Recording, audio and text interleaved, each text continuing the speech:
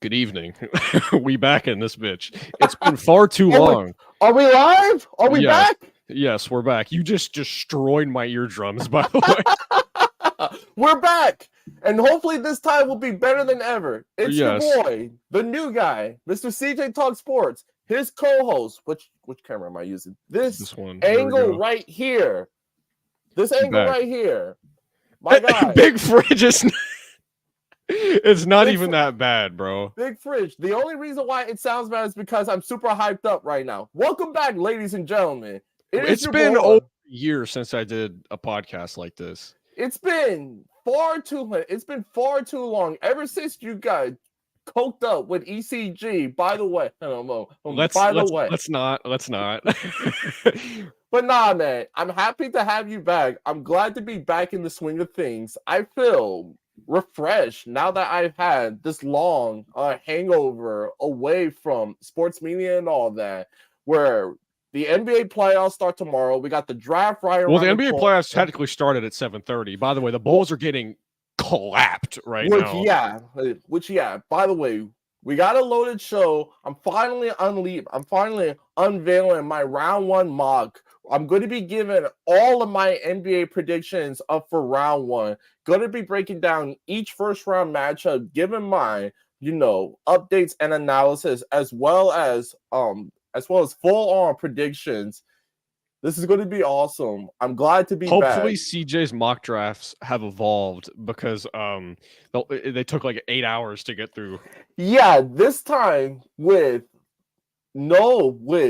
zero visibility of my apparent speech impediment. It's calmed down over the last, I feel like, few days. So hopefully we'll be able to just go in and out of this mock draft as well as my NBA predictions. Gonna try to be in and out of here, fellas, in less than an hour. And yes, so let's get this started on the road. Logan, what's our first topic? We're gonna start with NBA playoffs before we get into that. Manny, caller, what's good? Bro, I'm sorry. I'm so sorry. Yo, I didn't. Are you texting me talking about that calling? I'm like, I don't know when to join. I'm gonna just join randomly. Like, it's not that fancy. You can join whatever the fuck you want. I don't care. So, you can give your predictions as well. Okay, we're gonna start off. Yeah. Obviously, Bulls Heat, and by the way, we're not going game by games, round by round. We're just doing our round one predictions right now. The Heat are absolutely clapping the Bulls' cheeks right now. And I actually gave the Bulls a shot at beating Miami with no Jimmy Butler this time around. Yeah, I'm going to take the Heat in 6 here. I do think the Bulls get too off on them, but I think the Heat are just going to continue their dominance. They've been one of the best teams in the NBA for the last decade. We're doing as in the playing. Yeah. So yeah, I'm gonna take the Heat over the Bulls, obviously. Yeah. Heat are about to close this out. It's oh my god. Just when I think the Celtics had gotten rid of him, losing Jimmy Butler for the next couple of weeks. In all seriousness, I did not want to play Miami this time around, not because out of fear, but because without Jimmy for the next couple of weeks, I'm like, it's not going to be the same. Like the rivalry is not going to have the same memorable factor without Big Fridge. I know it's called I messed up, brother. It's just not going to feel the same. The Heat are going to be playing Boston. Yeah, it's not going to feel the same. Heat versus Celtics without Jimmy Butler. Who else other than Bam is going to terrorize my Celtics on a regular basis? But with or without Jimmy, Boston has pretty much creamed Miami in every step of the way. And so, without Jimmy for the next couple of weeks, it should end in a sweep. But knowing how Jimmy is going to fight like hell to come back, I'll say Heat lose to the Celtics. Depending on when he comes back, I'm going to go Celtics in 5 over Miami. Yeah. They're deeper than what they were last year. The Porzingis trade was just a match made in heaven. Unlike Milwaukee, we actually have more bodies to throw at Jimmy Butler. And I'm sorry, the rest of their supporting cast isn't as cracked up as he used to be. They're not going to be raining threes from the heavens every step of the way. Joe Mazzulla is better as a head coach. He's not going to get absolutely clowned by Spoelstra this time around. Heat are competitors. They're going to be feisty. Jimmy Butler is going to fight like hell to come back. but ultimately the Celtics, they're deeper, they're more talented, and they got home court. Celtics in 5. Celtics in 5. The Heat, I'm gonna take the Celtics, obviously, but I do think the Heat are going to be extremely competitive. I don't see any of the games in this series being a complete blowout, even if Jimmy isn't playing, which I'm sure he's not. He had an MCL injury. I'm going to take the Celtics in 5 as well. I don't see them winning a game by more than 10 points in any of the games in the series. I think Jason Tatum is going to have an elite series once again. I still don't have the Celtics going to the finals. We'll get into that later. You know who I got going to the finals out of the East. I don't care. I'm going to be biased. So, yeah, Celtics in 5 over the Heat. Manny, this ninja is so biased. Never mind. No, who you got, bro? Celtics or Miami? Just by the way, if Jimmy were healthy in this series, I'd take Celtics in 7. That's just how deep and personal the rivalry goes between Heat and Celtics. It's gonna last like this probably until I'm in my 40s or until Jimmy Butler retires. Yeah, Manny, what you got, bro? Celtics, Heat. Celtics. Not 7. 6. Celtics 6. To me, it really all hinges on when Jimmy Butler comes back. If he comes back and the Heat are down 3-0, you might as well just shut him down at that point. And Heat will get a win. Don't shut him down. Let him pull a LeBron. Let him pull a 3-0 comeback.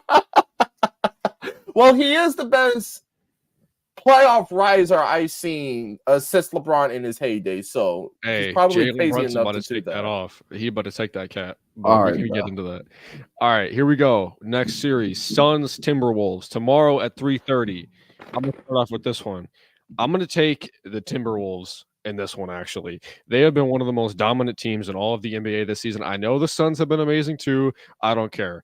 I'm taking the Timberwolves. That boy Anthony Edwards can ball. Give me the Timberwolves in 6. I love Ant-Man. He's my second young player. He's my second favorite young player in the game. What's up, Corey? Long time no speak. And listen, I am as big as a Phoenix Suns hater as you could find. Kevin Durant, Devin Booker, Bradley Beal. I hated this trio the minute that Phoenix made this trade because I did not think that this is what they needed. However, playoff experience favors Phoenix. Having the best player in the series favors Phoenix. Having the better coach in this series favors Phoenix. And just from a matchup perspective, while yes, Phoenix does have a size disadvantage against Minnesota, Minnesota doesn't really play as big and as intimidating as you think they are. Karl-Anthony Towns at this point of his career is basically just a stretch big. He's not someone that's gonna pause. I mean, polarize you. He's not going to be someone that pulverizes you down low. And Rudy Gobert, I know that's why I said pause. And Rudy Gobert has never been an interior scoring threat. Obviously, Minnesota. Fuck Rudy Gobert. I can't stand that dude, bro. Obviously, Minnesota, from a defensive standpoint, matches up beautifully against Phoenix. But outside of Ant-Man, who really on the offensive side of the ball for Minnesota can Minnesota take advantage of against Phoenix? And so I hate to do this. Again, I'm a Kevin Durant hater, has been for the last almost decade. That taco meat hair. I am as big a proponent as hating on the Phoenix Suns as much as humanly possible. But when I watch these two teams play on a regular basis, I just think Phoenix is the better team. And so I'm going with Suns in 6, but I am hoping that I am wrong because I do love Minnesota from a young talent and a coaching standpoint as much as any young team in the league. Manny, what you got, brother? The Suns and probably like 6. I mean, KD. I feel like KD, like this, there's really no reason for him not to succeed this year in the playoffs. Hey, we'll see. Good, bro. We shall see. I will say that's my, outside of the Knicks and Sixers series, obviously, that's my most anticipated series of this playoffs.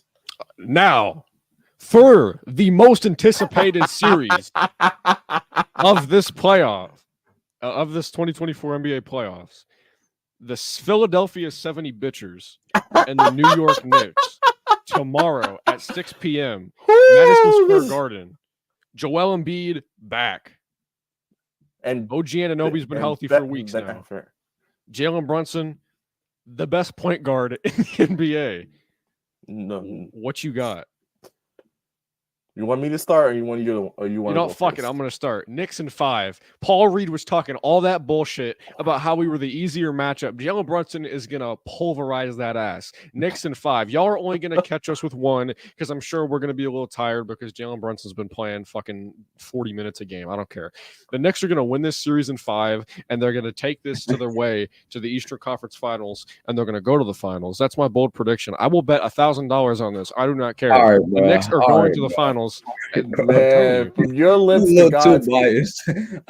Man, from your lips to God's ears. Look, man, I've been a Knicks fan. Thank you. The Knicks are 20-3 with OG Anunoby. Aren't you a Celtics fan, CJ? It's complicated, man.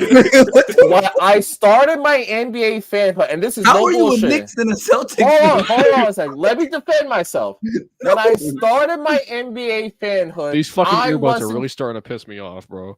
Bro, that's the worst. No, not the worst. No, I'm talking about my earbuds, CJ. I'm talking about my earbuds. That's one of the worst one of the worst tandems ever. I know, man. It's complicated. It really is. Okay, so hear me out before I give my my predictions on the series. When I started my NBA fanhood, I was in fact a Celtics fan. I love Paul Pierce because of how much you hated LeBron James. That and my favorite NBA icon. When I did my research on the 80s, it was not Magic, it was not Jordan. Larry Bird. Bird was my guy. Here's my thing, right? When I started watching basketball, I wasn't a fan of a team. I was just a fan of LeBron. So I followed him. So I was a Lakers fan for my first year watching basketball. And then when I actually chose the team, it was clearly the Knicks because I like pain. So welcome back, Logan. No. Are you supposed to? But as I gotten old.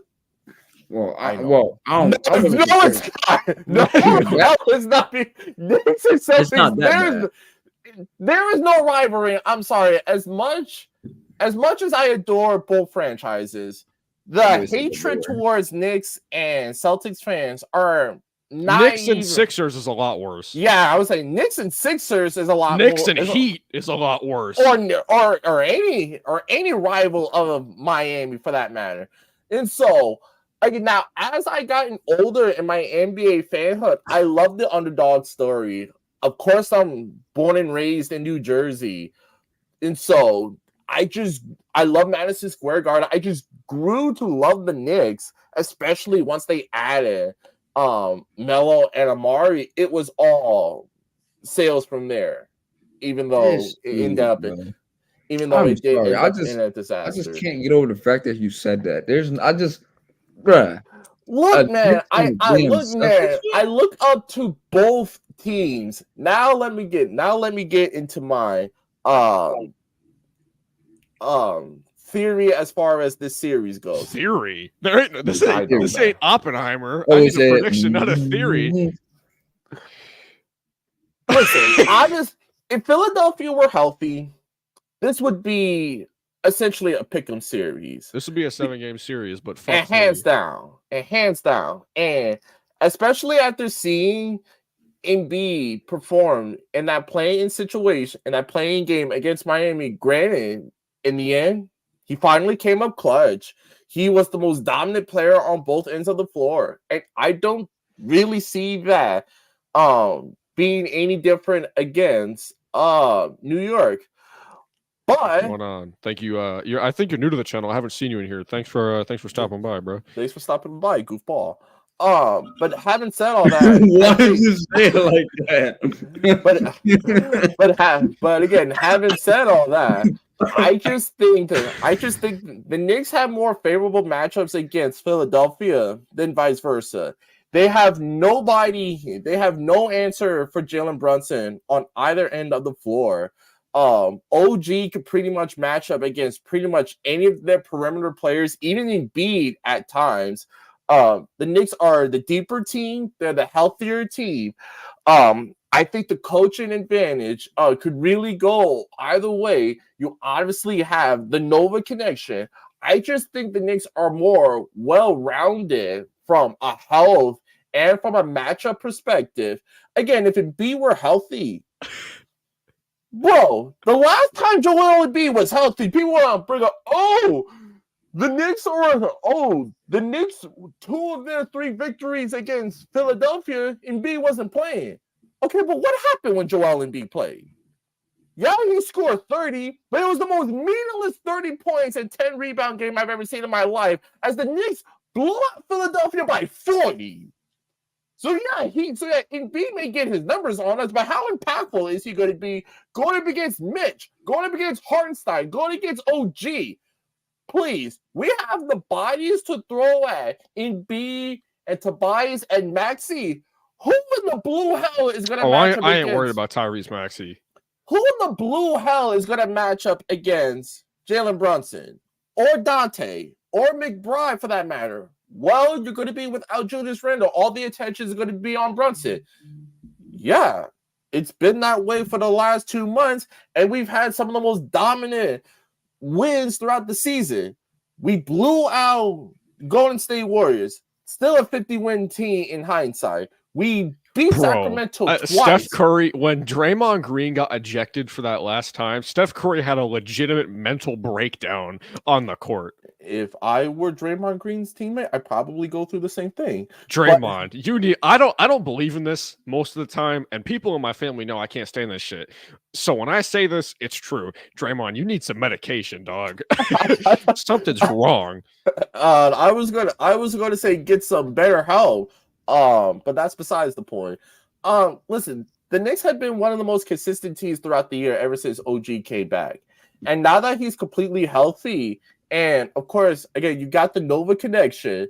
And so I just have full-on confidence that the Knicks are going to be able to take care of home court, get a win, get either game 3 or game 4 back. Aneurysm. I probably pull my hair out because we literally have the better version of Klay Thompson at this point of his career. His name is Dante DiVincenzo. What hair are you taking out, bro? Okay. I'm cool. When it comes to the Knicks and signing people, I'm cool with Paul George if he's healthy, which is a big if. I really want Mikal Bridges. That's my guy. That would be a trade, obviously, but you get the no. Yeah, to me, my dream scenario is either Mikal or Donovan Mitchell. But we'll get to Donovan Mitchell's status in a little bit. But ultimately, Knicks and 5. If Embiid were healthy, this be a legit 6 or 7 game series. I mean, he is healthy, but he's playing at like 60%, Logan. Yeah. But 60% of Joel Embiid is still a big load to pause. It's still a lot to handle. Not when you have Mitch and Hartenstein. It's not. I mean, yeah. Manny, what you got on this, bro? I know you didn't even watch basketball like that, so I don't know why I let you on for this segment, but what you got? I got the Knicks. I got the Knicks. All right. In what? I probably got y'all in like 6 just because Embiid not playing. I mean, he's playing. He's playing, but he's just not going to be 100%. Even then, like it's the playoffs. Yeah. When he's I'm sorry to cut you off, man, but I like to point this out. When has Embiid ever played great in a long playoff series? That's what I'm saying. Especially if he's hurt. I don't know. Yeah, that picture of Joel Embiid crying is on my phone. Like I wake up to that picture because it just makes me feel happy. Manny, you're a casual. Manny, I am a casual. I would consider myself slightly more. I'm a diehard NFL and college football fan. I'm an above average NBA fan, and I'm starting to become a diehard UFC fan. So that's why when it comes to the NBA, I just let CJ cook. Because I'm literally casual. I know that. I'm a diehard NBA. I'm a diehard NBA, NFL, and wrestling fan. I am very much a casual when it comes to college football, and I might be less than a casual when it comes to UFC. Yeah. Mine is Nick Sirianni crying. I like to think he looked the same before and after the game. Damn, brother. I like to think he looked the same before and after the game. I said, Lame ass up. No. Yeah, don't disrespect the people. All right, next up.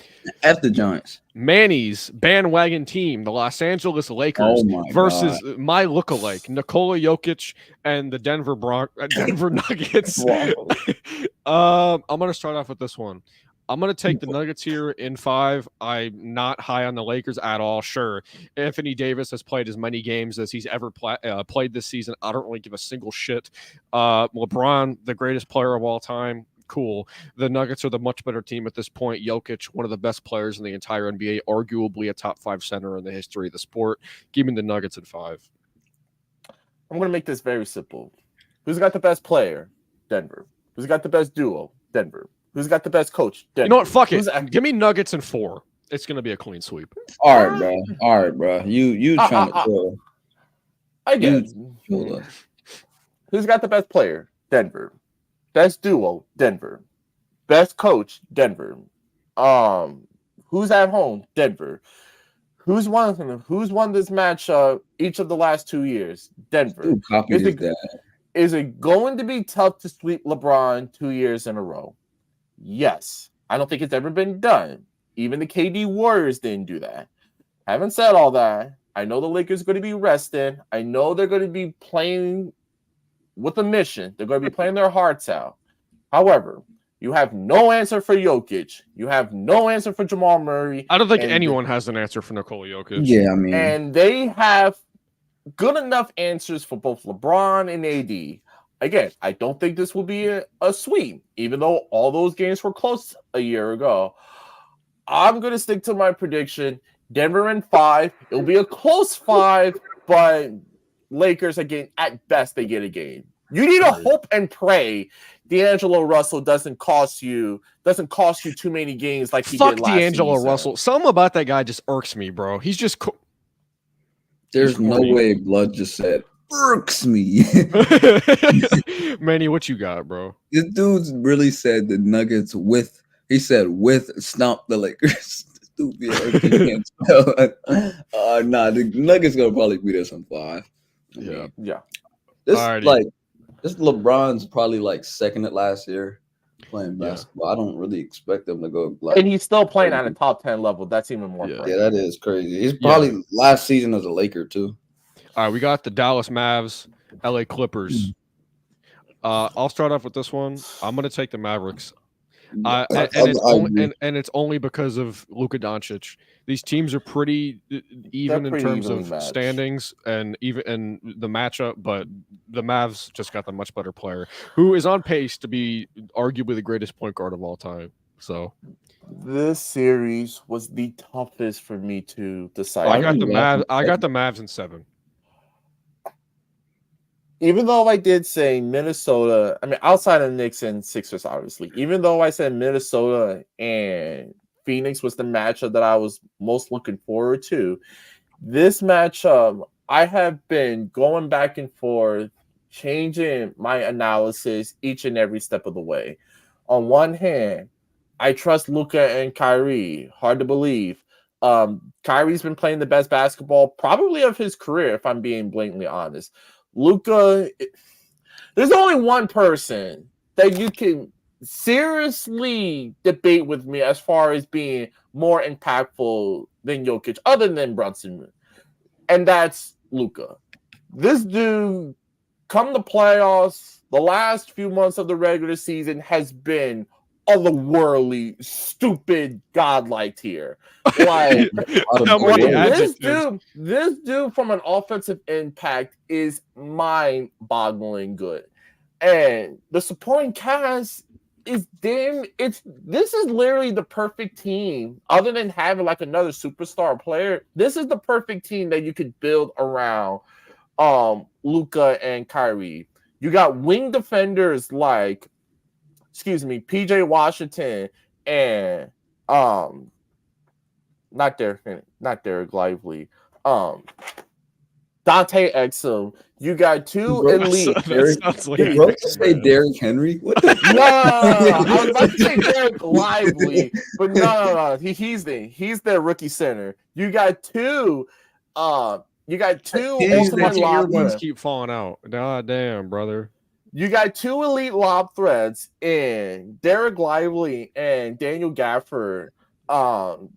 Former Nick, once a Nick, always a Nick, even though it was twice. Tim Hardaway, who gosh, I forgot about Tim Hardaway. Who could be an absolute flamethrower, but could also drive you wild in terms of the crazy shots he take. I don't trust Jason Kidd though. I love Ty Lue as a head coach. To me, what it comes down to it, and I hate saying it like this, can I trust Kawhi's health come the playoffs? No. He has the weirdest injuries of all time. Can I He's trust not Kawhi Leonard isn't a human. Let's just be honest. Much like what I said about Embiid. Can I trust James Harden in a tight-knit series? Can I trust Westbrook to not act like a knucklehead in the closing moments of the game? I don't know if I can. Bro, he has an inflammation injury. Like, what the fuck? Kawhi injury scares me. Luka terrifies me.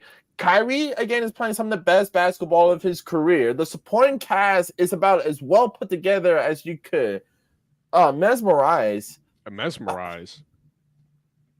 sorry. It's the best supporting cast you could put together.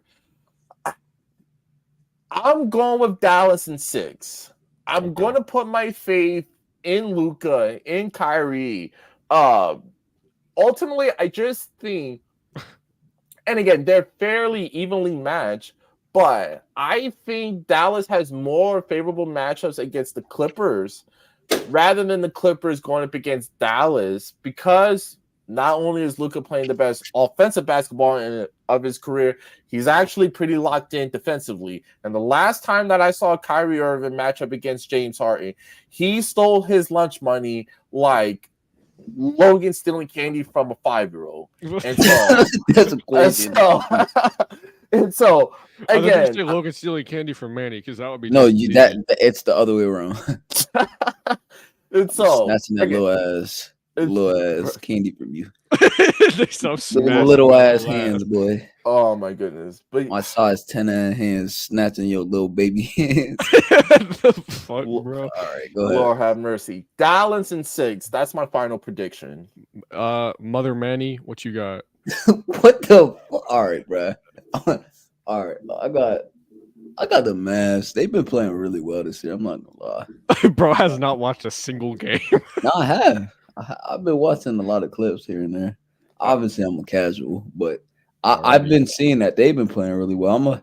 I think I'm gonna have them. I think they've had the best record since the trade deadline. I'm gonna have them probably in 6. Okay. Yeah, I still think Kawhi and Paul. If Kawhi's healthy, that could be the deciding factor. Yeah, if the Terminator's healthy, that could be interesting. I'm gonna take them the Mark Cubans in 7. And now we got to go back to the play-in for this matchup, because the Thunder, the number 1 seeded Thunder. Oh yeah, that's right. We still haven't found our 8 seed. We'll be playing somebody. Either way, I got Thunder. It's either gonna be the Kings or Pelicans. I'll take Sacramento. Thunder gonna put the damn mud. Yeah, I'll no Zion. I'll take Sacramento in the play-in, and I'll go Thunder in 5. I'll go Thunder in 4 over Sacramento. Yeah, I forgot Thunder in 4 because there's no Malik Monk or Kevin Huerter in that series. Yeah. I forgot. We got Magic and Cavaliers. Give me Orlando in 6. My boy Paolo Vincero has been cooking. Manny, do you remember that NBA draft stream where I almost killed myself because we drafted a center? Yeah, and then he got traded. Yeah. We were doing all that to create the Magic for Jalen Brunson, remember? Yeah, okay. Not a lie. Yeah. Shout out Darius Garland. No. I got the probably Magic too. I probably got the Magic in 6. Nah, 7. I'm gonna say 7. Magic in 7. Say 7. Ironically, the Magic, they are perfectly built. Excuse me, in facing off Cleveland. What the fuck is that? I just ate ramen like 2 hours ago. No, that motherfucker gulped, bro. Sue me.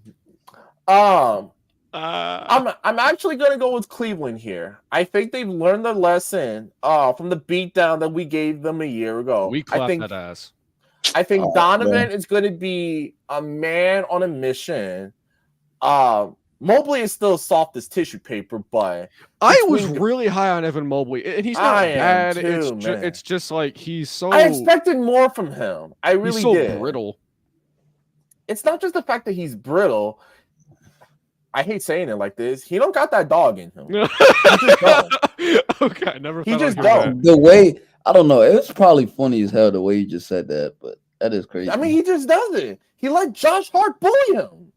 Now, Josh Hart is a dog, but still, you got to bite back at some point. Yeah, if you were Josh Hart was in his fucking ear all game, bro. Yeah, if you were stretch 5. And Mitch Robinson, if you're a stretch 5. If you're literally a stretch 5. He's an old school power forward, and that just doesn't fit in today's NBA. I know, but Lamb's also said he could probably, be a stretch 5 sometimes.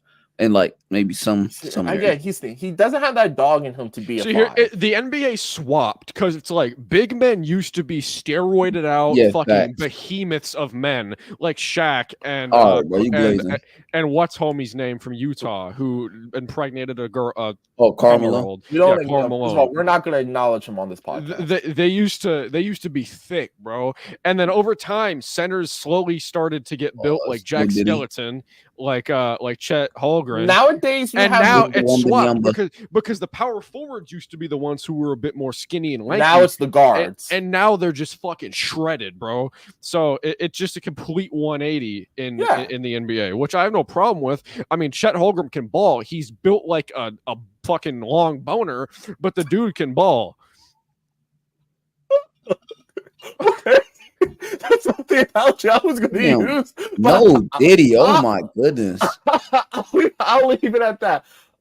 Again, Cleveland's got the best player in this series.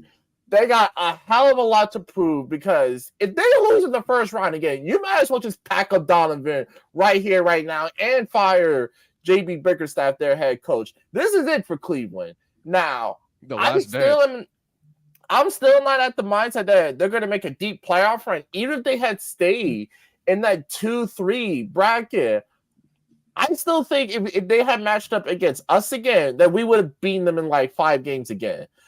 Like, Cleveland got a little bit better coming off from last year. We got a lot better.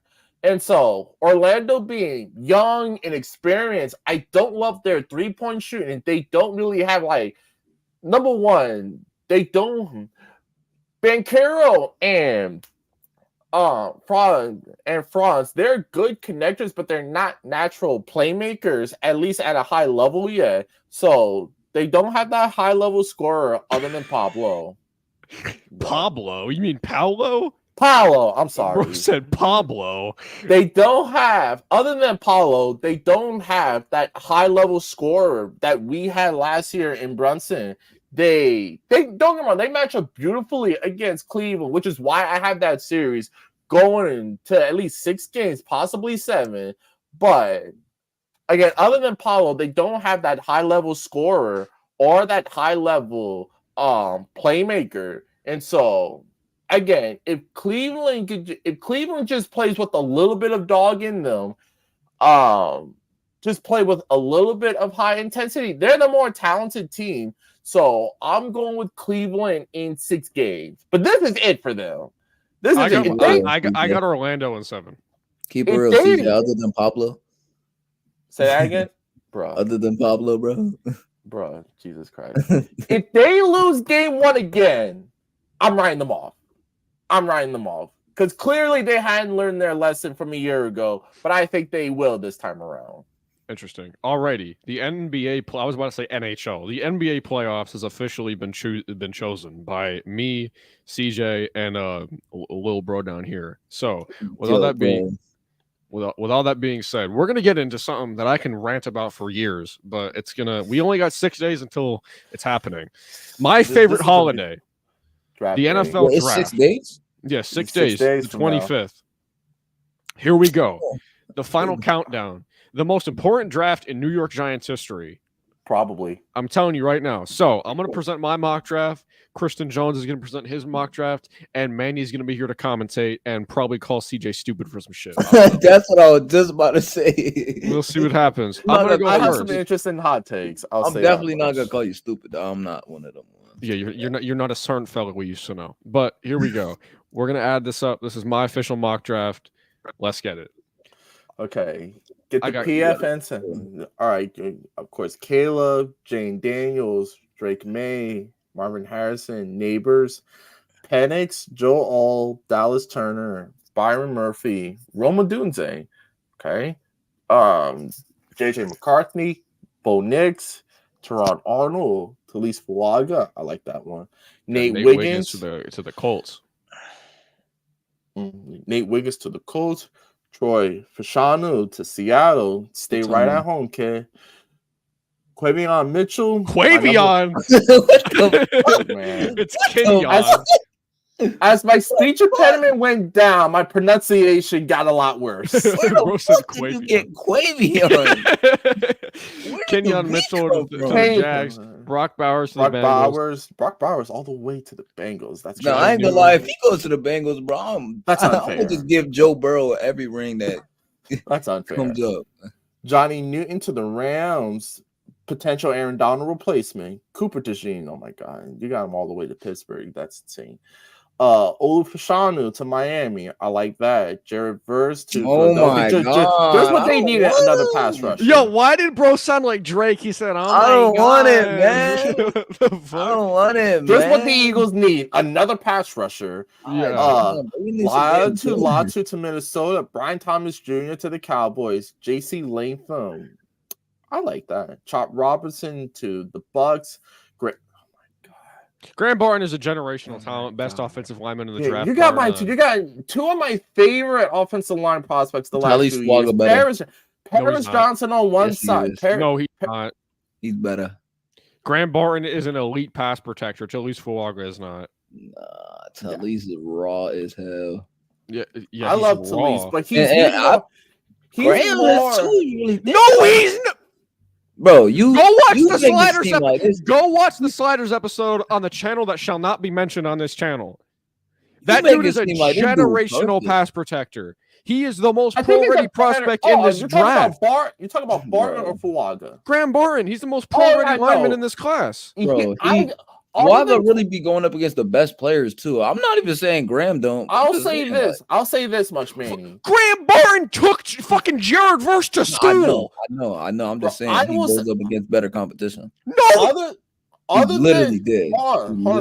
I'll say this. Other than Quinn Nelson, Graham Barton might be my favorite interior line prospect in the last 3 years. Like, to me, it's him. Tyler Lindenbaum and Elijah Vera Tucker. That boy said Lindenbaum. I said Tyler Linderbaum. Tyler Linderbaum. I love you, see. You funny as that. I try to be. Elijah Vera Tucker and Graham Barton. Those are and honestly, I forgot about Elijah Vera Tucker, dog. You know, I'm gonna tell you right now. Watch this. I don't give a fuck. I'm saying it right here, right now. This guy. Let's see. And this guy and this guy. Caleb Williams, Marvin Harrison, Malik Neighbors, Brock Bowers, Graham Barton, all future Gold Jackets. I don't give a fuck. Boy. I said it right there. Caleb Williams. Look at CJ's face. Caleb Williams. I'll definitely go 3 out of the 5. I think all 5 of them will be Pro Bowlers right out of the gate. Consistent All-Pro talent. My only, I guess you could say, slight knock on Graham Barton. He's good as a run blocker. Stop. He's not as dominant as a run blocker as say a Fuaga was. If he plays guard, he is going to be one of the top 3 best. Okay, no, that's what I mean. I think as a pass protector, he's the best pass protector in the draft. as a pass protector, I think he's elite both at guard and at tackle. On the Sliders episode, blocker, that's why I specifically grade him more so as a guard than a tackle. I have him as a day one starting left tackle, in my opinion, because I think he's the best pass protector in this draft. My pro comp for him in terms of a in terms of a tackle was David Bakhtiari. At guard, I think he plays like Joel Bitonio from Cleveland. Where are you at? I'm trying to see. Damn, that's a lot. Where is he? A lot of praise. Like I said, if if it were up to me, I would put Paris Johnson back at tackle and then slide Barton inside. Because again, Paris Johnson's already a tackle. Isn't Paris Johnson? No. Paris Johnson was playing right tackle. He was? Oh, okay, my mistake. Okay, so yeah, if they keep Paris Johnson at tackle, whether it be on the left or right side, and they slide Barton inside. Yeah, Paris Johnson's playing right tackle. You put Graham Barton at left tackle. Done. You got bookends. Okay. And you got Will Hernandez, who's been playing pretty good for the Cardinals. So you have three good offensive line. Yeah, that's call it a day. That's fine. And then I'll tell you another guy that I'm really high on. Chop Robinson's the second best edge in this class, in my opinion. But Jared Verse, his get off, and he never stops coming after the quarterback. His drive. His motor, it's insane. I'll tell you right now, Jared Verse, in my opinion, his motor in terms of rushing the quarterback, it's just as good as Aiden Hutchinson coming out of Michigan. My pro comp for Jared Verse is Max Crosby. I love that comp. His motor, the way he uses his length, his strength, he's the best in the edge in this class. I saw a play against Florida where he sacked what's homie's name? Manny, help me out here. Florida's QB. Travis Hunter. Graham Mertz. Travis Hunter? No. Like I said, I'm a pastor when it comes to college football. He sacked Graham Mertz while he was fully engaged with the left tackle. He just drove the lineman into the quarterback. Best edge in this class. I don't give a fuck what anyone says. But those four to five I think he's got the most upside of all the edge rushers. I'll give you that. Great. Yeah, he probably do. I think Chop Robinson has the most upside. Robinson, I ain't gonna lie, he tough. He really is good.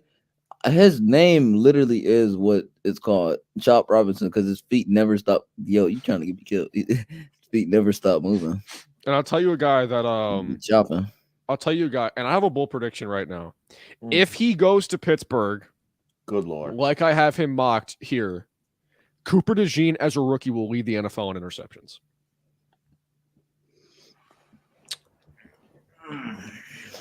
He gonna probably play. What you think? He gonna transfer in today too? He's gonna be. He's gonna be. He's gonna line up as a corner or as a safety. Cooper DeJean's gonna line up on the Z. He's going to line up on the Z. He's going to be a number 2 outside corner. Joey Porter Jr. is going to be the 1 in his rookie year, but I think DeJean will be the best corner on that team. And then you got Minkah Fitzpatrick in the backfield, bro. Back end. Crazy defense. I think Cooper DeJean gets like 8 interceptions as a rookie. That boy said backfield. That's a defensive backfield. That's what they call it, Manny. Oh, you could just call but it's better if you just say like the back end. It don't matter. Love Joey Porter Jr. a year ago. Was so happy to see him get to the Steelers, even though I was shocked to see him fall all the way to the second round. I love Cooper DeJean. I love Cooper DeJean. Even though I view him more as a safety rather than a pure outside corner. He's a true outside. Again, I think he'll thrive on the outside. See what this like. What do y'all see with this? No. Let's be honest. And I hate to bring it up, but I got to bring it up because shout out to my caramel. Shout out to my white chocolate brothers. The only reason people view Cooper DeJean as a safety is because he's white. Let's be honest. If a corner named Quavion had the same measurements as Cooper DeJean, you'd be like, yeah, he's a true outside corner. But you just can't picture a white guy covering a receiver one-on-one. I plead the fifth. Exactly. So where are y'all getting this information that he's like some good like safety? He all right. He's a true corner.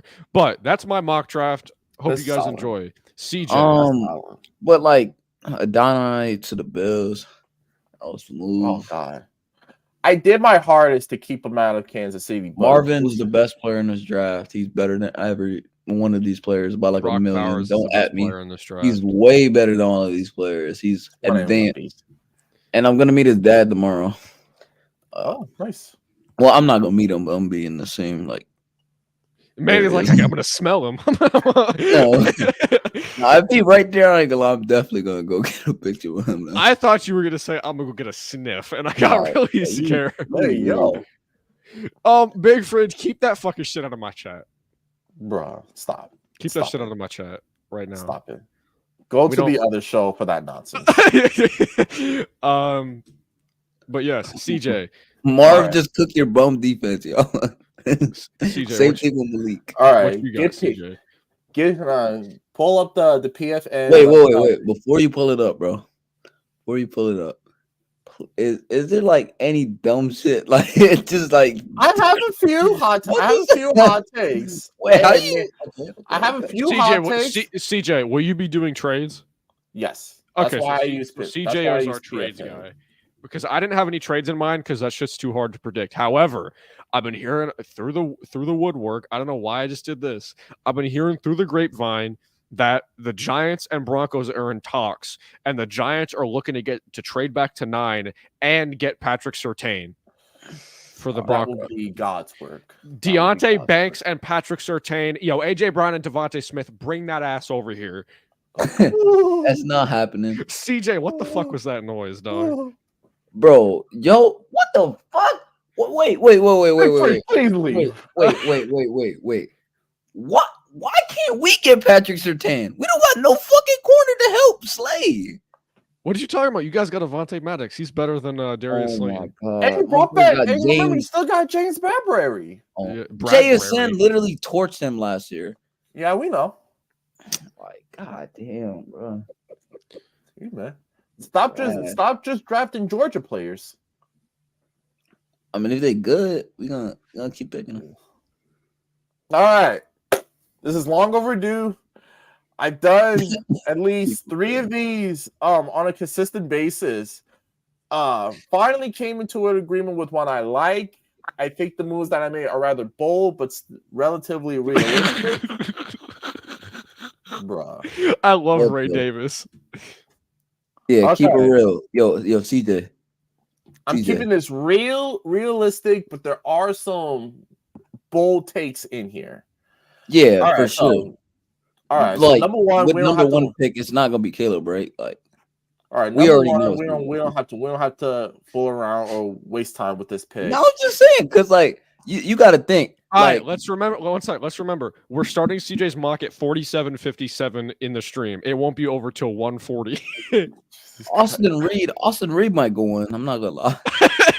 Dante would I promise you we will be adding. What if that actually happens though? I promise you we will be adding with the second pick in the 2024 NFL Draft. The Washington Commanders select John Rice Plumlee, quarterback. I would be so mad for them. Like I'd punch their TVs for them, bro. Like I'll punch my own TV for them. All right, CJ, what you got? And then pick a damn receiver at number 2 that plays quarterback. That's some Commander shit. Jesus Christ. Number 2, also not going to waste any time with it. I've been fairly confident ever since the Cliff Kingsbury hire. I think Dan Quinn really likes Jaden Daniels and Drake May. But I think Cliff Kingsbury, based on his background, loves Jaden Daniels. He's a match made in heaven for what Washington wants to do. They signed Marcus Mariota, who in his younger days kind of played like Jaden Daniels to a certain extent. I'm not going to lie. That is a really good comparison. Like, I swear to God, that's a great... The mobile athlete that could also make plays and that could also sit in the pocket and make all the big-time throws. He's not as efficient as I would like, but the upside is still up there. He, to me, even more so than Caleb and Penix Jr., I think Jaden Daniels has the most physical upside of all the quarterbacks from an athletic standpoint, from an arm talent standpoint, the ability to play in and out of structure. Jayden Daniels has been my guy ever since Logan introduced him to me at my nephew's football practice. I love this kid. I think he. Wait a minute. I was watching my nephew play Pee Wee football. You had called me, I had called you as far as giving me, favorite at the time round 2 quarterback prospects. And the first person you brought up was Jayden Daniels. Did my homework and research on him. I'm like, and now he's the Heisman. So, and now he's the Heisman, and he's not even going to sniff the second round. He's probably going to be the number 2 overall pick. Number 3, this is where my bold prediction comes in line. I got the Giants moving up right here. Okay. I got the Giants moving up all the way to 3. I think the Patriots should desperately take a quarterback. But I think they're looking at it from a standpoint. Listen, we're not a piece away to being a piece away. Let's rebuild from scratch. I've never heard someone ever say that in my life till today. But all right, keep going, CJ. I think the Patriots like Drake May. I think the Giants. Can I just take Drake May right here? Is that what you're doing? Oh yeah. Drake May, I fully believe is going to the Giants. I am still 50-50 on whether or not I think this trade is going to happen. But if a trade is going to happen, I think this is the move right here. As much as I would love to move back and get Patrick Surtain and probably get a first-round pick, because let's be honest, the AFC West is the worst place to be drafting a young quarterback. You got Mahomes. You got Justin Herbert. Gardner Minshew with the Raiders, I think, has the possibility of being halfway decent. So I've already made this point to Logan a few nights ago. I think Denver is the worst place for a rookie quarterback to start, in all honesty. To be honest with y'all, I got if I really had to do a top 3 QB ranking, I'm really saying Caleb's 1. Michael McCarthy's 2. I meant Michael McCarthy. What the Michael McCarthy? Michael Penix is 2. You stole that is my say. And JJ McCarthy's 3. I don't care what nobody say. He really like that. Like, listen, I'm bored. Me and Logan have both. He don't just. Sorry. People think he just get like he's just one of those. He's just a handoff merchant. Hands the ball off like every play. He not like doing anything crazy. Telling you, bro, he could actually he got great pocket presence, great footwork. He can move the ball really well. He can thread the needle really well. Like 2 months ago, Manny, me and Logan at this point were ready to sacrifice you to the gates of hell. At this point, what the fuck? However, that's so true. However, the last 2 months we've turned over a new leaf on JJ. Now, I would not be thrilled if he were to go in the top 5 or top 10. But having said all that, he's got the tools that I like. I love the upside. He could basically 70s offense. He could basically do whatever you want from a high level perspective. He's got good pocket presence. He's a very good athlete. He's got the best pocket footwork in this draft. The arm talent is all there, and he's only 21 years old. Again, I'm not saying I love the prospect. I really like him. Having said all that, having JJ over Drake May and Jayden Daniels is crazy. Well, I know a guy who has John Rice Plumlee over Drake May. Bro, JJ McCarthy is better than Jayden Daniels. So the 4th pick. Bro really said they're gonna take Ray Davis because he's 1970s offense. I'm just not reading that. What the fuck? Hey, yo, Fritz. Let's finally give Kyler a number 1 receiver and a good head coach. DeAndre Hopkins would like to answer that question. I said, and a good head coach. Cliff Kingsbury's a legend. Not in Arizona. I'm fucking with you. Best player in the draft. That's by miles. Anything less than 2 first-round picks, I'm not giving up the opportunity to draft 3. That's what they've been saying. Alrighty, the 5th pick, the LA Zappers. Malik Neighbors. Okay. I can't see the Chargers. I really thought you were going to go Javon Baker or Jermaine Burton right there. Come on now. I'm not even sure if I have I'm not even sure if either of those guys are in my top 10 favorite receivers, let alone top 10 Malik players. Neighbors' body control is so fucking He's the closest, honestly, Slant, and I'm not saying this to be a jackass. He's the closest thing I've seen to Devontae Smith. This dude is so smooth. This dude is so Malik smooth. Neighbors? Yeah. Nah, to me, Malik Neighbors is like a faster version of AJ Brown. I said CeeDee Lamb. Yeah, I think he doesn't have the physicality of an AJ Brown.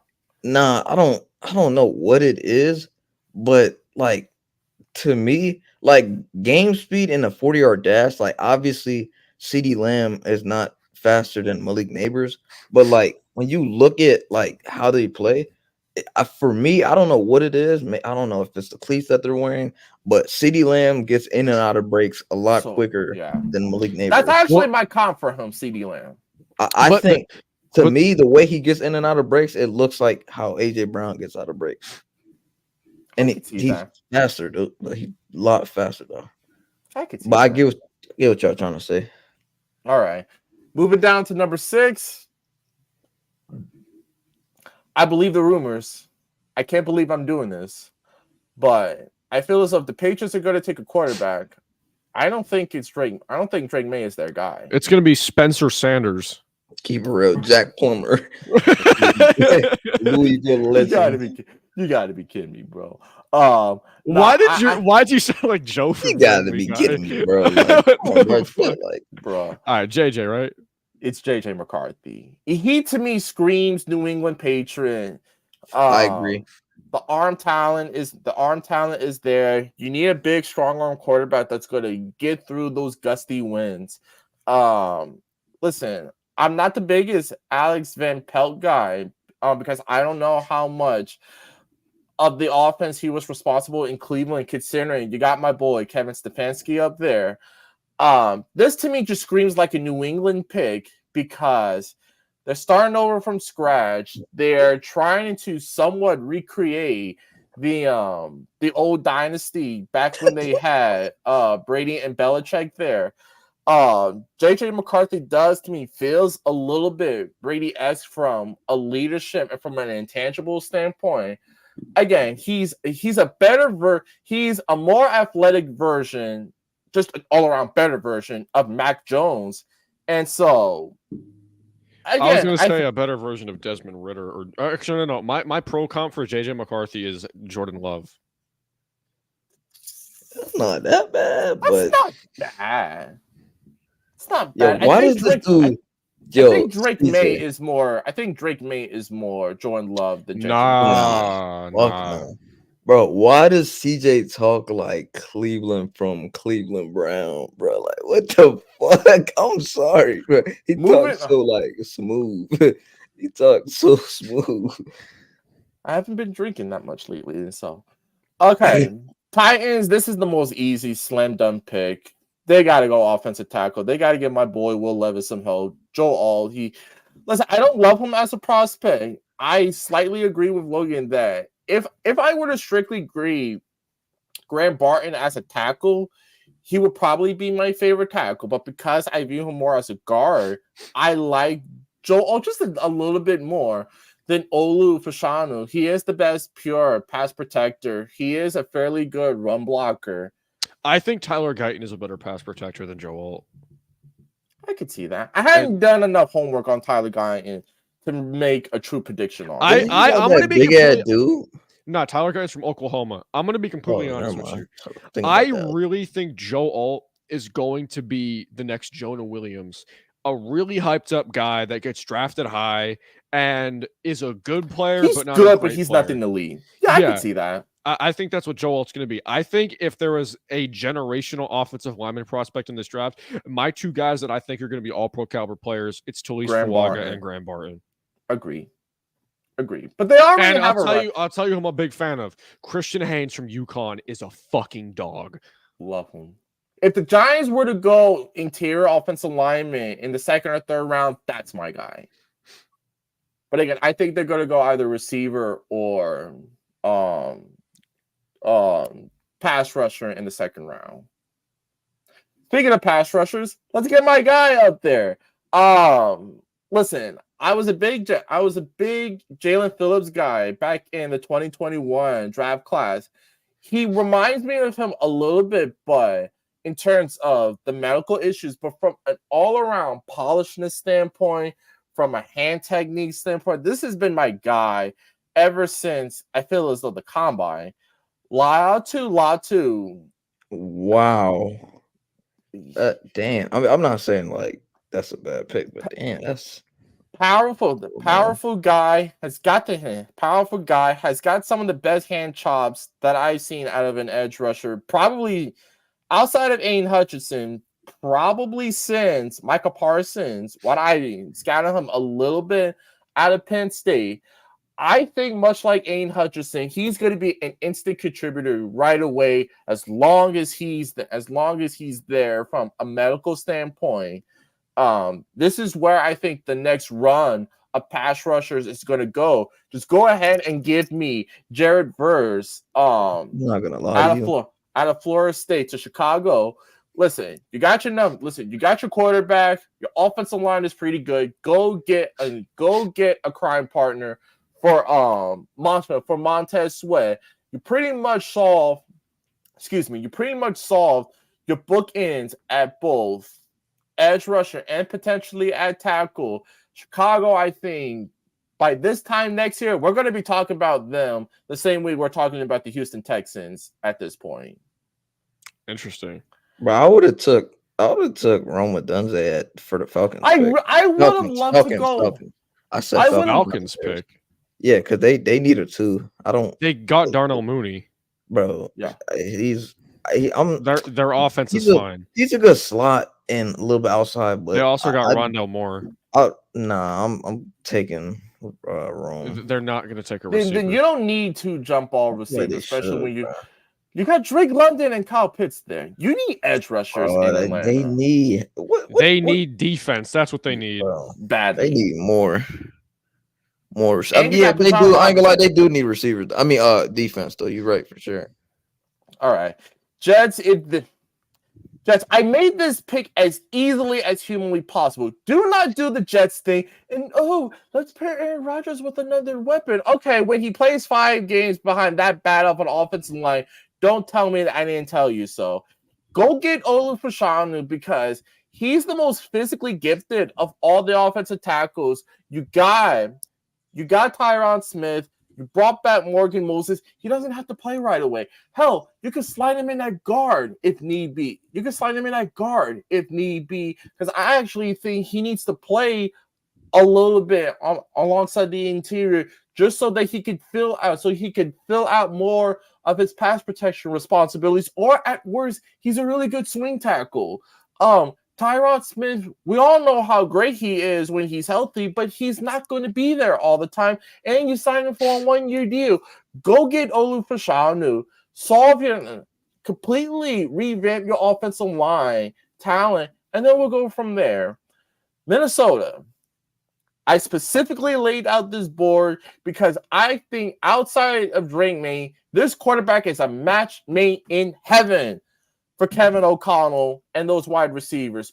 Go get my boy, Michael Penix Jr. You got the O-line. Check. Receiving core. Check. Brilliant offensive mind as a head coach. And you and I both know Kevin O'Connell wants to sling it down the field. Kirk Cousins is solid. But Kirk Cousins gives you a ceiling. Michael Penix may have the best ceiling outside of Caleb Williams in this draft class. Minnesota, you don't have to sell the farm for Drake May when you could get, honestly, maybe a better, more polished version of Drake May in Penix Jr.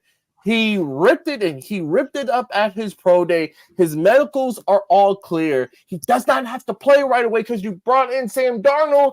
And even if he has to start right away, he is the most finished product of all the quarterbacks in this draft class. So stay where you are, draft Michael Penix, and you, my friends, will be Super Bowl contenders within 2 years, if not by next year. I would say the most pro-ready guy is Bo Nix, but... Oh, yeah. He to me has the highest floor but lowest ceiling. In terms of the high ceiling guys. Denver. I don't know. I honestly didn't know what the hell to do with this pick, and so part of me really just wanted to go BPA right here, but I'm gonna sorely base this off need, especially after moving on from Jerry Jeudy. Go get Rome Odunze. He to me, you can make a strong argument that it's 2A and 2B between him and Malik Nabers. No, you can't. You cannot make an argument at all. I'm not going to make the argument, but I've seen other people try to make the argument. What did you say? That Rome Odunze and Malik Nabers are 2A and 2B in terms of the wide receiver draft class. Wow. I personally like Malik Nabers a lot more, but it's definitely not a knock on Rome Odunze. He, to me, outside of Drake London, I don't think I could find another more smooth, polished, get off the excuse me. I promised myself that I wasn't going to start all that much, but I just think Rome Odunze, from a polish, from a smoothness, and from an athletic standpoint, outside of Drake London, I don't know, and maybe Julio, I don't know if there's been another receiver prospect that I see better at the top of his route than Rome Odunze. He is a freak athlete, as polished as you're going to get, and unfortunately, this might be terrible for him because they don't have a quarterback, or at least not yet. But again, they're going best player available and position of need. Rome Odunze just feels like a Denver Bronco. Yeah. Nah, he sounds like a Raider to me, not gonna lie. Raiders. And he grew up in not Las Vegas, in New York. I mean, damn, Nevada. He played at Bishop Gorman. It just sounds like a Raider pick right there. Ain't I tell you all that. For the Raiders, I desperately wanted for Penix Jr. to fall to them, but because of Minnesota's need at that position, I decided to go. This is where I think, even though it is a fairly good class, even though this is a fairly good class, this is where I had my first corner coming off the board. I love this dude's upside. I think from a technical standpoint, he fits what the Raiders need. Quavion. He's good in zone. He's good in press. He's overrated. He's good in off coverage. He, to me, is the thing. He, to me, is very... Is it Quavion? Yeah, it is Quavion. He, to me, is very much... Wait, you think he's better than Terrion? I think he's got the most upside. I think he's got more upside than Terrion Arnold. Terrion's probably, like, to me, like, when I watch, like, corners, he got, like, when you, like, watch his back pedal, if you look at the, like, pad level from when he, like, back pedals, against receivers, from when they get to the top of the break. When he gets to the top of the break, it's always so efficient. His hands and his arms never get so damn loose. He just efficiently just get into the receiver and then making a play on the ball. Like, a lot of guys can't do what he does. I mean, I don't like, look, Kenyon Mitchell, he's good and whatnot, but he gonna get, some guys in the NFL are gonna like torch him. With Nate Wiggins, like, he's another one of those really good corners, but he got that issue. He gonna have that issue with, like, playing someone that's probably like maybe that knows how to use his speed against him. And Kool-Aid just really athletic and stuff, and he could do a lot. Is Patrick Graham still there? Yeah, for the Raiders. Yeah. Nah, hell no. Yeah, he is. Oh, yeah, you're right. He is. I feel as though Patrick Graham would be the exact type of DB coach that could get the best out of him. Because I saw it's not even a bad pick. It sounds like a Raider pick, not gonna lie. Logan, great minds think alike. I'm gonna try to breeze through this now. Let's go get Talise Fuaga to New Orleans. Ryan Ramczyk probably gonna retire. You got a big hole there at right tackle. Go get the best right tackle prospect, probably in the last 4 to 5 years. I'm not gonna lie, Brock Bowers to the Saints wouldn't be that bad, but I don't think this is gonna happen. They need a tackle more so than anything else. Yeah.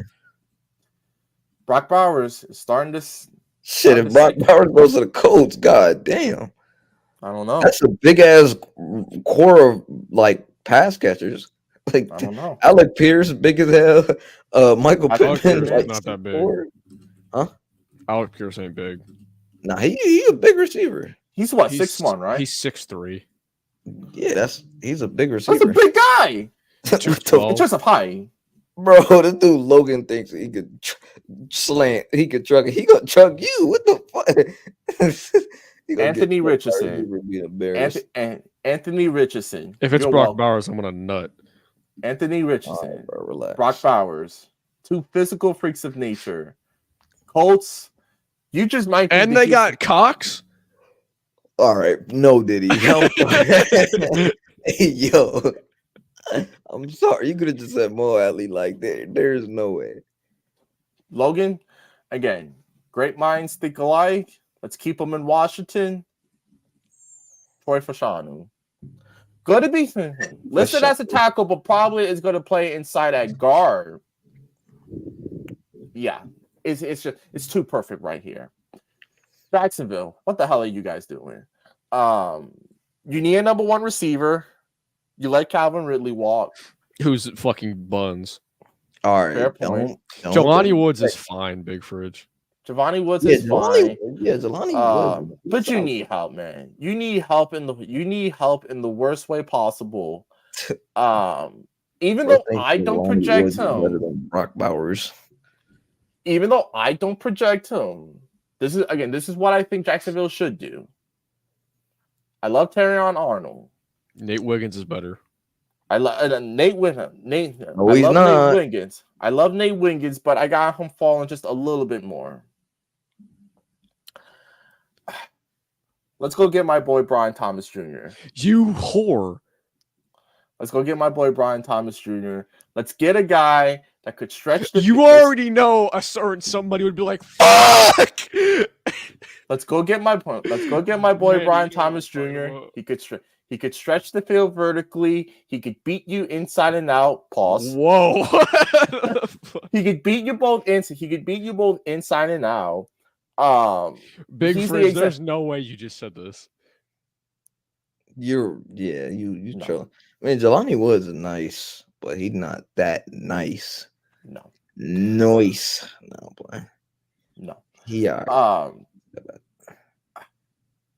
Again, outside of the top three guys, you can make a strong argument of at least 4 to 5 guys for who's wide receiver 4. I just think Brian Thomas Jr. has the most upside, and between him and Malik Neighbors, he's the most physically gifted. But Malik Neighbors is just more. Fuck no.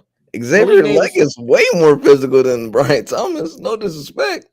Nah, Leggett is physical as hell. Leggett is better. My only knock on Leggett is the 1 year of production. I promise you, Brian Thomas had 1 year of amazing production. If you have him run a post and he gets over the top, and there's someone like there's a whole Brian Thomas tries way too hard to be Devontae Smith. Just Brian Thomas, this is what you are. You're a bigger Hollywood Brown. Play that way. You're not Devontae Smith. You ran a 4.3, but you play so slow. You're not some route technician. Just fucking run, my G. It's not that, bruh. It pisses me off. I get it. No, I get it. I totally get it, but I think there's more than meets the eye with Brian Thomas Jr., if that makes any sense. The Cincinnati Bungles. I promised myself that Kansas City was not going to get home at pick 32. I honestly think he may be the most slept-on receiver prospect in this draft class. I love Xavier Leggett. Are you talking about Yair Asante from Wyoming? Who? Who? All right, bro. Let's put the year like who? That. You found the one guy that I'm lower on than Jermaine Burton? Nah, man. I'm talking about my boy Adonai Mitchell. love the Adonai. Oh my god. Listen, man. Let's just call him AD. Let's just call him AD. Okay. This dude, man, he said, "Oh my god." I know, man. I know. Xavier Legate is starting to fall, but don't worry. When you see who I have him going to, one of my favorite quarterbacks is going to. All right, bro. Before you go, I just want to say this. It's honestly kind of strange. I'm not saying they play anything alike, but it's kind of strange as hell how Adonai Mitchell and T. Higgins look damn near alike. I'm just saying, like, that's to crazy. me, he's the better version of T. Higgins, in my opinion. They look the exact same. How? What the fuck? That don't make sense. Imagine he get drafted to the Bengals. Telling you, man, they're gonna trade. They're gonna trade T. Higgins for a day two pick. Hell, depending they on what traded T. Higgins and got him back. Bruh. In all honesty, I wouldn't be surprised if he ended up coming to the Giants, but that's neither here or there. I don't feel like him though. I definitely don't agree with that though. Rams, you lose one Hall of Famer. According to Logan, you're probably getting yourself another. And both of our guys, Jazar Newton. I really like Jazar Newton. I think he's a powerful run stopper. Why did say powerful like that? Well, he is. I mean, this dude is a freaking truck with hyena legs. Wait, you know so what like, I mean? you know what I mean? For a dude that strong and powerful, he is a fast as hell mother effer. I mean, I've never seen an interior lineman destroy so many double teams on a consistent basis than Jazar Newton. This dude, for his size, is a freak athlete. He, to me, I hate comparing. Let me rephrase that. I love comparing players that I love that plays for the Giants or played for the Giants. He, to me, is very much like Dexter Lawrence. Am I crazy? Yes. He's more of a 3-tech, 2-eye tech kind of guy. Dexter is a true that's zero. not honestly. That's not crazy because you got to think. Dexter you got to think where CJ coming from. And he came in as a 3-tech. But you got to think, Logan. Think about it like this. I'm not saying Dexter or Jerzon are like small or anything. Jerzon Newton is more Cameron, but like to me. But like they got that like lower center of gravity where it makes it a lot harder for linemen like in the interior to push around. That like are big. No, he's to like push them around because they could just get under you and just beat you with a little swim move. I think he's Cameron Hayward. Okay, but long story short, hell nah. But long story short, the Rams, they got their Aaron Donald replacement essentially, right? Yes. Okay. Steelers. I've gone back and forth on this. It might take Xavier Worthy. Not gonna lie. I didn't want them to go wide receiver here just because of how deep the draft class is. Excuse me. Let me see what the Steelers' biggest needs are. They need a corner. Nah, they don't need a corner desperately though. They could definitely use one though. They need a tackle. They need a guard / center. They do need a corner. I'd take a guard here. I mean, not a guard, a center. You know, let's get both. The dude from Oregon. Jackson Powers Johnson. Yeah, Jackson Powers is a fucking animal, bro. Sounds like a Steeler. Make the pick. Make the pick. Why'd you just sound like Herbert from Family Guy? You know it's screw it. Let's go Jackson Powers Johnson. Ooh-wee. I was literally because I was hinted at Graham Barton, but Jackson Powers Johnson fits more in what the Steelers need. They need a big athletic center that could run, that could roll out and get Najee Harris on some of those swing passes. Jackson Powers Johnson, of all him and Graham Barton, of all my favorite interior linemen, their stock has probably raised insurmountably ever since the Senior Bowl. Bro, imagine going from Eugene, Oregon to Pittsburgh, Pennsylvania. Jackson Powers Johnson dominated the Senior Bowl. I believe he performed excellent as far as the combine goes. I just think, again, I really wanted to go with Graham Barton, but the fit fits more with Jackson Powers Johnson. All right, now Miami. This is where I have Graham Barton going. He could play either guard or tackle wherever you want to put him. He to me is the most polished of all the offensive linemen in this draft class. Yes, even over my boy, Talise Fuaga. Versatility, polishedness, aggressive in the running game. Mike McDaniel is going to have a whirlwind with him. Now, I hate doing this. I hate doing this with a passion. But this is a match made in heaven for Philadelphia. I specifically left them on the board just because this is the exact my God. projection where I think he's going to go. Cooper DeJean. Oh my bro. I ain't gonna lie. You just pissed me off, bro. I ain't gonna lie. Bro, Terry is right there. What are we doing, CJ? You guys need help both ends. You guys need never win, bro. You guys need help both ends. You guys need help both ends. You guys need help both ends. I don't want him over Tyrion, bro. Like, no disrespect. I love you, Cooper. Is more versatile. May the white man win, Tyrann Mathieu. Bro, may the white man win, but I don't want him in this situation, bro. Man, did you hear what he just said? He said Cooper DeJean is Tyrann Mathieu. I say he can be your Tyrann Mathieu. Safety. He's an alright safety at best. Okay. All right, the Vikings. Bro, we just passed the Tyrion Arnold, bro. Manny, it's not real. Calm the fuck down. I don't care, bro. If that happened in real life, I'm gonna be so mad. I'm gonna blame it on you, CJ. If Tyrion's right there, you should blame it on, bro. Okay, Minnesota. Now I'm really gonna piss you off. If you do what I think you're about to do, I will fucking come for you. No, did he? God damn. I said come for you. Still, no, did he? Who are you taking? Terrion Arnold. Jesus. Oh my God. Terrion Arnold. You get possibly my favorite QB prospect as well as possibly my favorite cornerback prospect. I didn't know he could throw like that too. Damn. Oh, you said QB. Never mind. Because I forgot you took Michael Penix. Damn.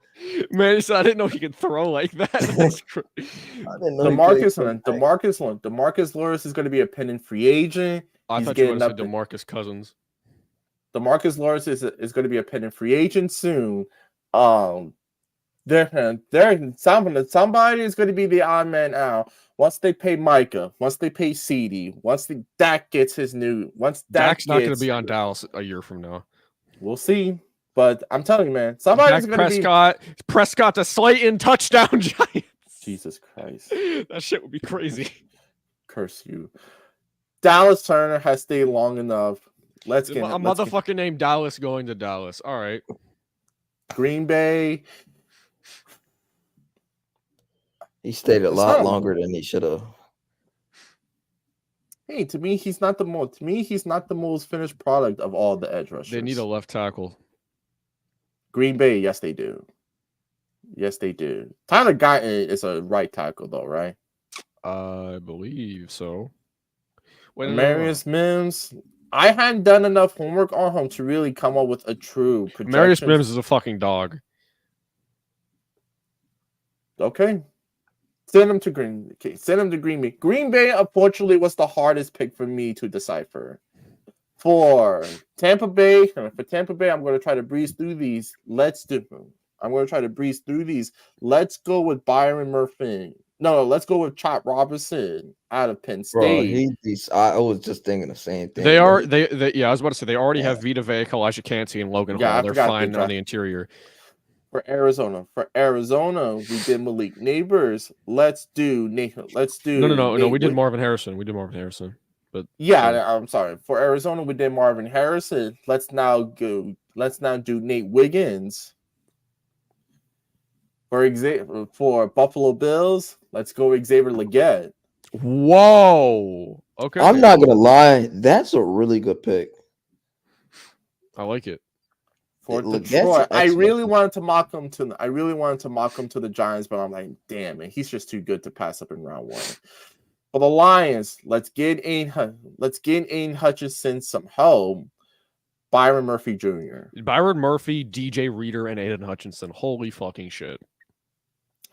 Let's get my guy, my favorite slot receiver in this draft class. Baltimore. What does Lamar love more other than his running ability and a dominant tight end? Where's my guy? Where's my boy Ladd McConkey? Oh, Ladd McConkey. I thought you were gonna go Ricky Pearsall. Okay. I wanted to, but I think he's the more. I truly believe he could very much be the kid that exploded for the Rams. I think he could be the Puka Nacua in this draft class. I thought CJ was about to be like, F it, Johnny Wilson. Hell no. Hell no. I mean, Ladd McConkey, thing I say about him is I feel like his footwork, I already said it before, his footwork might be the best out of I know a certain someone that thinks he doesn't have good footwork, but his footwork is nasty. If he stays healthy, he's going to be their Brandon Stokely. Yep. From the Niners, and he's a yak guy too. Very much so. From the Niners, they got to go offensive tackle here. J.C. Latham or Tyler Guyton? It would be J.C. Latham. Probably J.C. Latham. Yeah, probably. Let's go J.C. Latham for the Niners. For Kansas City. Why is Kool-Aid still wet? I should have never said that. Just think about something else. No, you literally spelled it out. It out. Bro, Spags, who develops corners better than my boy Spags? Yeah, bro. Manny's voice! What the fuck just happened? What are you talking about? You sounded like a demonic entity. Yeah, you did. I'm playing that on stream right now. All right. There's my no. One sec. You sounded fucking crazy. You sounded fucking crazy. I did nothing. Your voice was insane. I'm playing it on stream right now. I literally did nothing. Listen to this shit. I literally did crazy. Happened. Did you hear that? I didn't hear that. Go back. Listen to you say, damn, bro. Your voice was insane. Who develops corners better than my boy Spags? Damn, I ain't even his throat vibrated. But anyway. Bro. There's my mock. Damn, bro.